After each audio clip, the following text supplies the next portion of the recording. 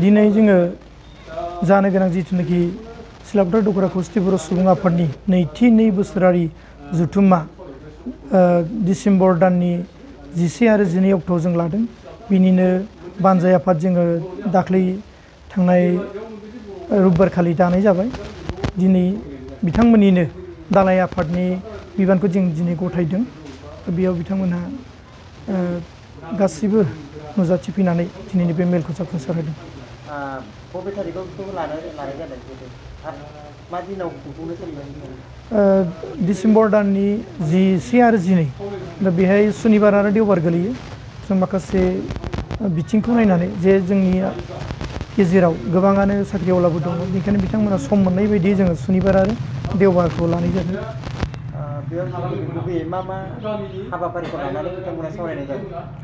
बेयाव गुबैयै जोङो 11 अक्ट'खालि डेलिगेट थान्दै मेल लिंनाय जादों। बिनि उनाव अखानायै गेवलां मेल। बै दिनखालिनो बे बोसोरावनो जोंना बिबानबो सोलायनाय जागोन। बिबानाव सोर बिथांमोना बिबान मोनो बेखौ समा खोन्थासिगोन।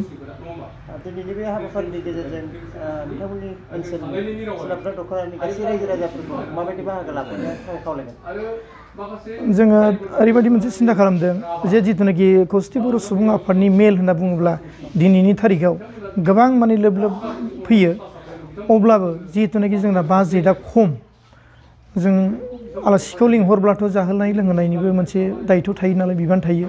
बेनिखायनो एसे नायनानै जिहेतुनाखि सिलापथार दखरा खौसेथि बर' सुबुं आफादनि लिस्टआव बा जोंनि दखरानि सिङाव 40 खान गामि दं।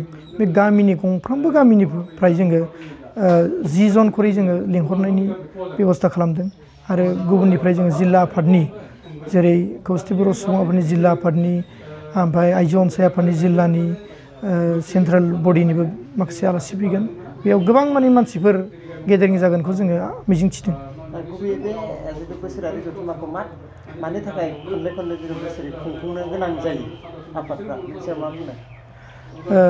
मेल जानाया मोनसे मोजां लैखोन। मानो होनबा मेलाव जोङो जोंनि माने माखासे जेंना जेंसिनि सोमोन्दै जों सावरायनो हायो। जेंनाखौ सावरायनानै जों मोनसे समाधानाव सफैनो हायो। बेखायनो मेल जानाया एसे मोजां। बेखायनो आरो ओमफ्राय जे जोंनि बिबान बा जोंनि आफादनि गेजेराव मा मोनसे दुरबलथा जादों बा बबे मोनसेखौ सोदांनांगौ जायो, बा रायजोनि गेजेराव मा मोनसे आंखाल सोमजिदों, बेखौ सावरायनानै जों जाहाथेनाखि रायजोफोरनि माखासे जेंना जेंसिखौ सुफुंनो हायो। बेखायनो मोनफ्रोमबो बोसोराव आफादारि मेल खुंनाया बा मेल जानाया मोनसे गोनां होननानै जों सानो। 12 थारिखआव बर' खौसेथि आफादनि जिथु जथुम्मा जोंनि सनापुर गामियाव, जों बानजाय आफादा बे आफादखौ जोङो जोंनि सनापुर गामिनि आरो बर' खौसेथि सुबुं आफादनि मददजों जों मोजाङै मोजां खुंनो होननानै जों मिजिंथिदों आरो जों बेखौ जाफुंसार होगोन।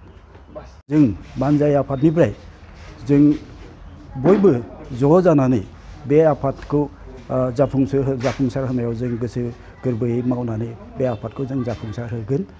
आरो बाहाय मिटिङाव नुजाफैनाय गासिबो आलासि बिथांमोना जाहाथे खुनु उसुबिदा मोना, जानायाव लोंनायाव बा माबा लामाया जातायात खालामनायाव जों हागौमानि बिथांमोननि जों असुबिदाखौ खम खालामनो थाखाय जों नाजागोन। आरो मिटिंखौ जों जोंनि गामि सनापुर गामि रायजो ज' लोगो नांनानै आरो बर' खौसेथि आफादनि सुबुरुन लानानै जों बे आफादखौ जों जाफुंसार होगोन होननानै जों मिजिं थिदों।